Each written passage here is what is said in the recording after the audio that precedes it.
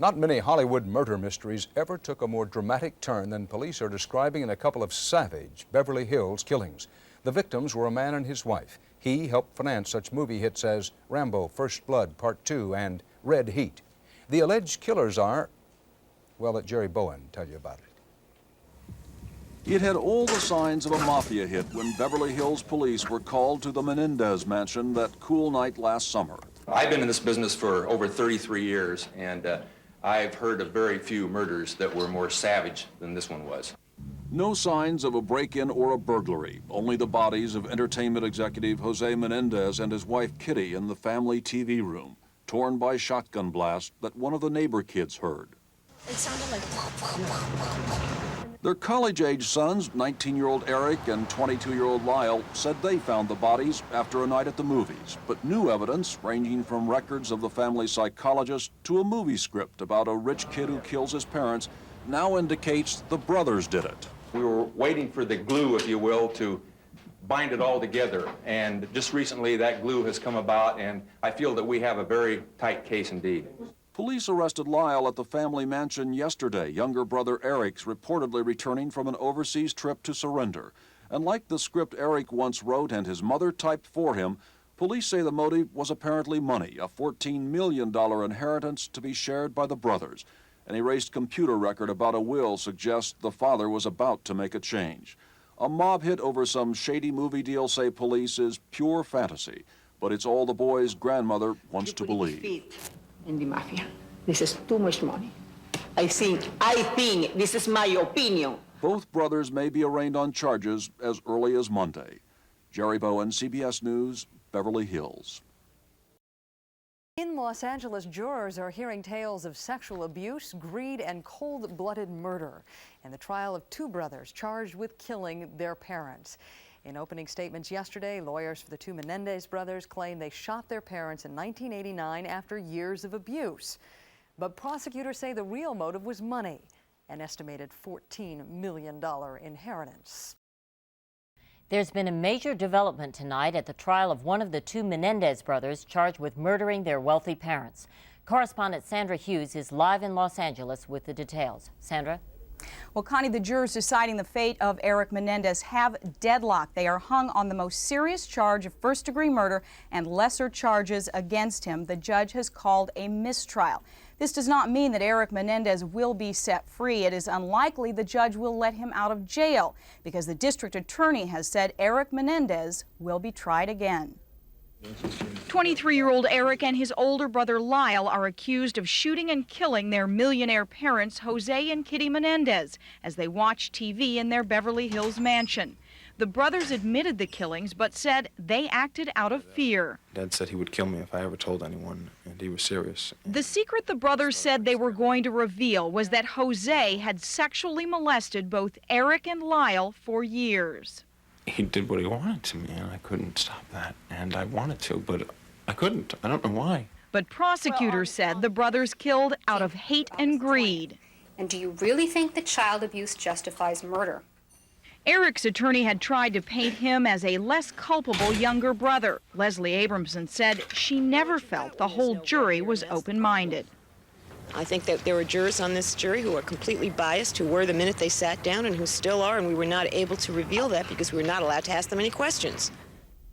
Meantime, older brother Lyle's jury today asked the judge questions about legal terms separating murder from manslaughter, and they continue deliberating. Connie? Thank you. Sandra Hughes, live in Los Angeles. In Los Angeles today, the jury returned to the courtroom in the trial of Lyle Menendez. He's one of two brothers charged with murdering their wealthy parents. But as correspondent Sandra Hughes reports, the jury did not return a verdict. It was a judicial repeat of what happened 2 weeks ago, only this time it was the jury deciding the fate of older brother Lyle Menendez. I find that the jury is hopelessly deadlocked, and the court declares a mistrial. There was never any question about who killed entertainment mogul Jose Menendez and wife Kitty. Sons Erik and Lyle admitted it in court. Where did you shoot her? The street store, I shot her close. The prosecution called it murder for money. The defense painted a picture of sexual abuse by Father Jose. I just told him that I didn't want to do this and that it hurt me. Legal experts say recent trials like those of Damian Williams, Lorena Bobbitt, and now the Menendez brothers illustrate the successful use of the victimization defense. They victimized me, and since I'm the real victim, I'm not accountable for what I've done. We took the battered woman syndrome and applied it, as I believe it should be, to anybody who is in a relationship of unequal power. Both Erik and Lyle's juries split down the middle. About half voted for murder and half for manslaughter. Did you believe him? Some.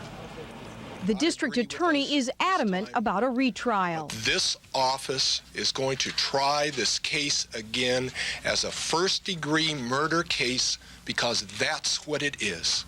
That retrial will cost the taxpayers a bundle. The daily judicial tab for a murder trial is $10,000, bringing the cost of this trial to more than $1 million.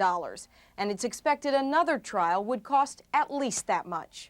Sandra Hughes, CBS News, Los Angeles.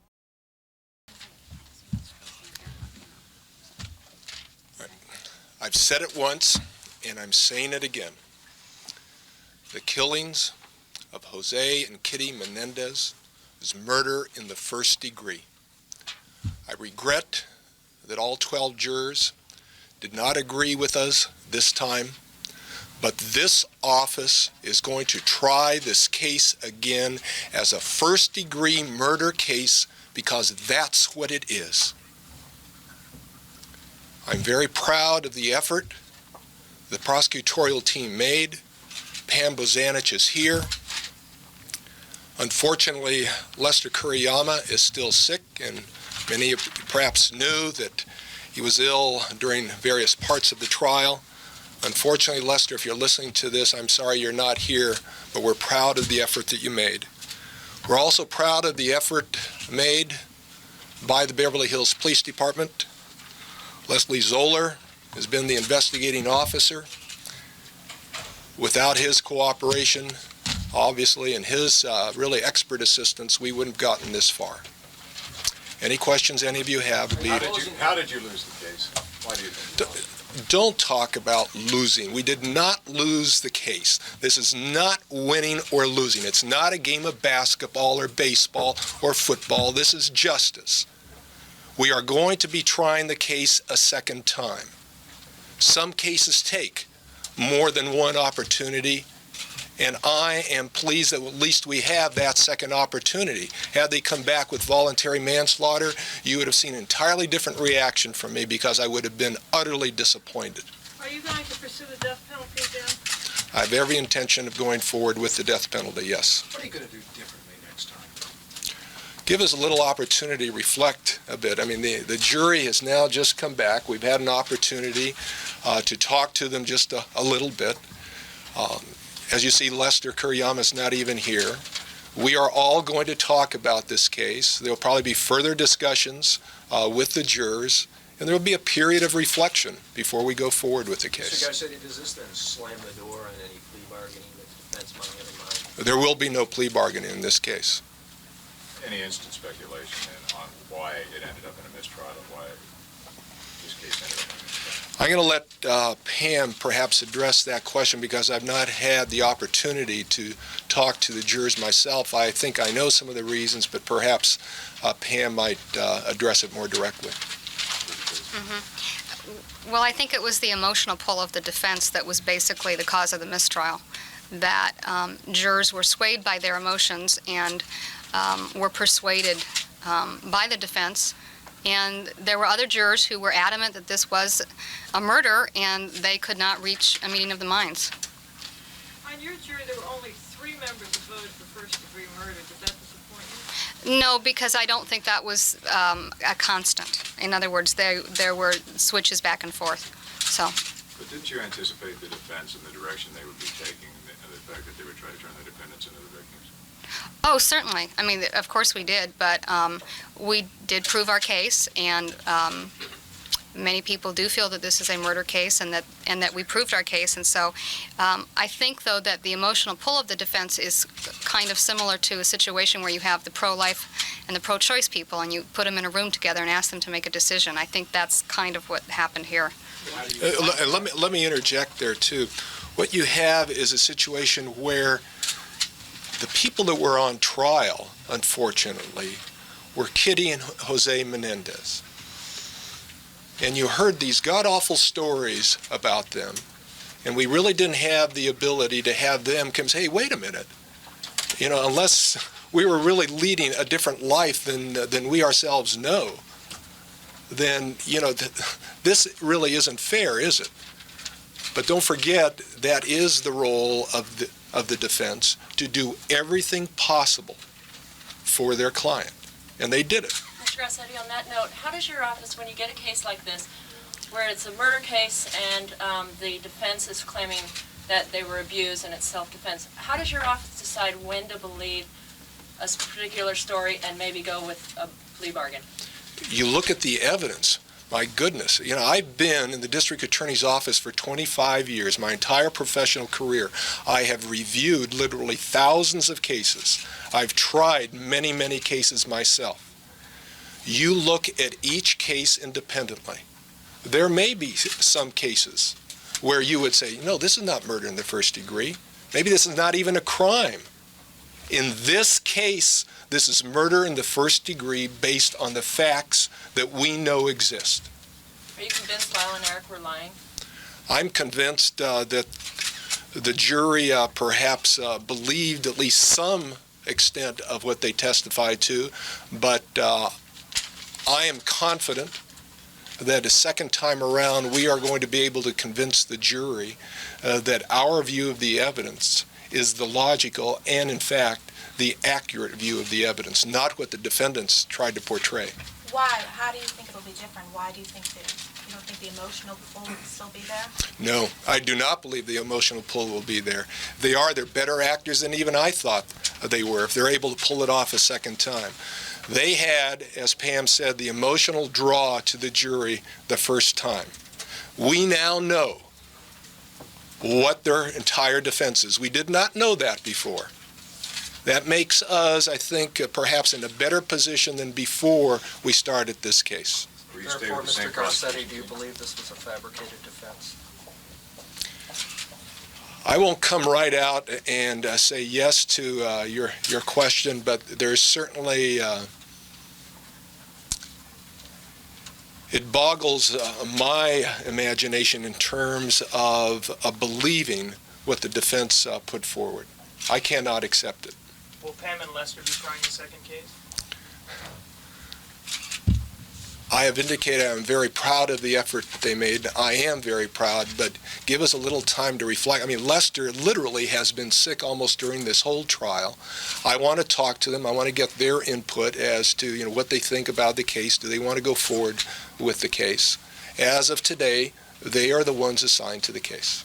Many people have suggested that perhaps it was a disservice to the taxpayers to spend another $1 million to prosecute these particular defendants. What do you say to that? Those are probably the same individuals who would prefer that we not try any cases. This is not a robbery case. This is not a burglary case. This is not a possession of cocaine case. You're talking about two homicides, two murders, two first-degree murders of a mother and father committed by their children. What is the message that we are trying to send as a society to everyone in this country? We have an ethical, a professional, and moral responsibility to go forward with this case as a first-degree murder case. Sometimes justice and costs conflict, perhaps. This may cost $1 million. We may spend more money on the prosecution than the defense said, and that would be a new one. But if we do, it's because we're seeking justice, and that's what we're going to do, and be damned with how much money it's going to cost. We're going to seek justice in this case. Some criminal defense attorneys, over the months have said that a lot of the evidence presented by the defense is evidence you would normally only be allowed in a penalty phase of a murder trial. I mean, do you feel that the judge, and I know it's always hard to take on a judge, but do you feel that the judge didn't let too much in? Did he give them too much leeway? Take a deep breath before. Probably in any trial, you will have prosecutors and defense lawyers who can always complain a bit about the judge. Certainly, we're in no different position. Yes, we were disappointed with some of the rulings against us, perhaps in favor of the defense, but the defense can probably say the same thing.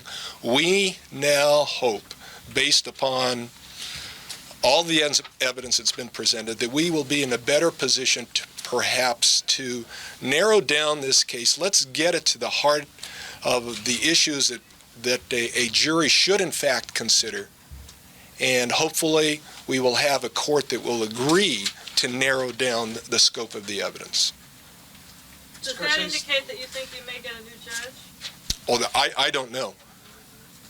We can make some changes. You're not going to get a new prosecution. It's still going to be the LADA's office, but you're going to have a judge who may make some perhaps changes in his rulings. Do you anticipate any change in the jury setup? Don't know. I don't know. It's an interesting question. Whether we have one jury hear both cases or not, that's something that we want to talk about.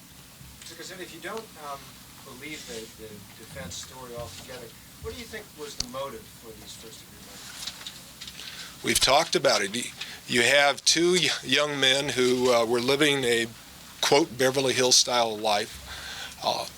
They knew that they were about to be disowned. They were going to be disinherited. They decided they were going to do something about it to protect perhaps their own lifestyle and their future lifestyle. Do you feel that the juries in this case were adequately insulated from the extensive media coverage that the case has been given? Well, you raise a much larger issue just in terms of juries, period. Anytime you have high-profile cases, it frankly is the most troubling issue of this case, the Denny case, and perhaps any other high-profile case that this or any other prosecutorial agency is going to handle now. I think for the first time that you have jurors, some jurors, certainly I don't mean to paint a broad paint swath of all of the jurors, who now think, wait a minute, I'm going to have my day in the sun here. I am going to perhaps be not confronted, but have the opportunity to be on television, radio, newspaper, and you may have some jurors, and it just might be a minority of jurors, and I think it is a minority of jurors, who may think, say, wait a minute, okay, I've got a personal agenda here, or I have a social or political agenda, now I can do something about it. Is that justice? Are we talking about perhaps something that is foreign to us right now, in terms that the jurors are supposed to decide the guilt or innocence of a particular individual based on the facts of the law, not on emotion, not on a social or personal or political agenda?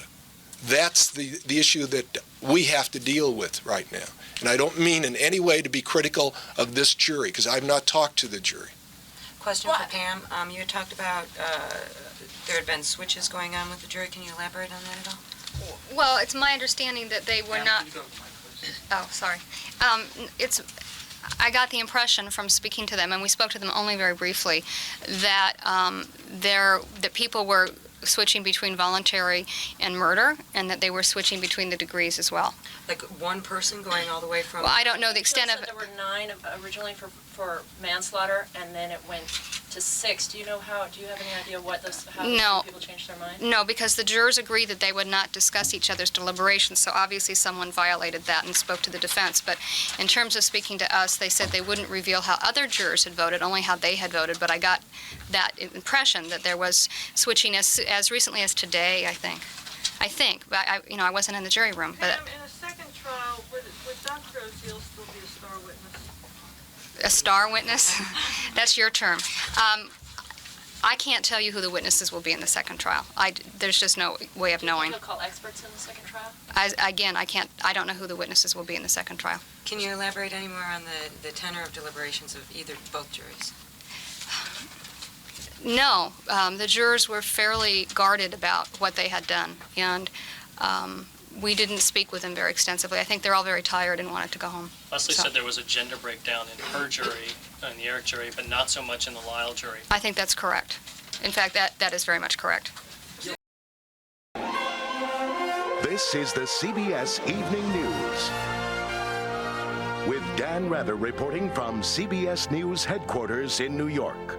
Good evening. It was one of the most notorious murder cases in years. Lyle and Erik Menendez armed themselves with shotguns, then blew away their wealthy parents in their Beverly Hills home. When the first trial ended with hung juries, they were tried again. Again, the brothers said self-defense. The state said greed. Today, Reed Galen reports the jury said guilty of murder in the first degree. There were no TV cameras in court when Erik and Lyle Menendez finally heard 12 citizens render judgment. It was guilty on all counts with special circumstances. That means the death penalty is possible because the jury believed the brothers did kill their parents with malice and forethought, completely rejecting the notion that the killings were a pardonable conclusion to a life of abuse and torture. Prosecutors said it was really about inheriting the family's millions. The brothers were impassive as the verdicts were announced. There were no reactions whatsoever, none whatsoever. There were no expressions, there was not a sound. There never was any doubt how Jose and Kitty Menendez died. He was killed by a point-blank shotgun blast in the back of the head. She was shot and then shot again in the face as she lay on the floor. At the first trial, defense attorneys painted a vivid picture of molestation, abuse, and psychological trench warfare in the family's Beverly Hills mansion. The brothers were so beaten down and scared of their parents that they finally took shotguns into their own hands, the defense said, in a lethal preemptive strike. I ran around and shot my mom. Lyle and Erik had separate juries at that first trial, and neither could come to a verdict. Live television coverage of that trial turned the defendants into macabre celebrities, and for many critics, poster boys of a permissive criminal justice system. In this second trial, which began last August, the defense was much more limited in what it could present. Almost everything Judge Weisberg did helped the prosecution the second time around, especially limiting the defense abuse evidence. As a result, Gil Garcetti has now won a case that he needed to win. And D.A. Garcetti was clearly jubilant, though he and all trial participants are still under a gag order. 6.5 years after that bloody night here at the Menendez family home, the jury now takes up the question of whether Erik and Lyle should be executed. This last phase of the trial could involve dozens of witnesses and may last a few more months. Reed Galen, CBS News, Beverly Hills. Writer Dominic Dunn, an old friend of this broadcast, is an expert on the Menendez case. He literally wrote the book on it. Dominic was in the courtroom today when the verdict was read a short time ago. We got his perspective on the case. Dominic, you were in the courtroom when the verdict was read, no cameras allowed in the courtroom. What was it like? There was no gasping, no crying out, no overt tears from everyone. There was simply silence in the courtroom. And that is true also of both Erik and Lyle Menendez. They did not look at each other at that time. They all remained impassive. Two juries could not reach a verdict in the first trial. A single jury did reach a verdict this time. What was the difference? They had a new prosecution team that did an absolutely wonderful job. And I think the main thing that they did was to mock the sexual abuse that the defense has used as its main cornerstone, because in all probability that never happened. Effect, if any, that the O.J. Simpson trial had on this? I think the O.J. Simpson trial had an enormous effect on this. I think there was such an outcry that someone whom everyone felt was guilty walked. I think that they were, that this city there would have been a riot out here or something if the Menendez brothers had a hung jury. I think that everyone knew, I mean, they had confessed that they did it, and there had to be a verdict this time, and the verdict came. Dominic Dunn, thank you very much. Thank you, Dan. Brothers Lyle and Erik Menendez have been ordered to spend the rest of their lives in prison for the shotgun murders of their parents. A judge in Los Angeles today imposed the sentence recommended by the jury, life without the possibility of parole.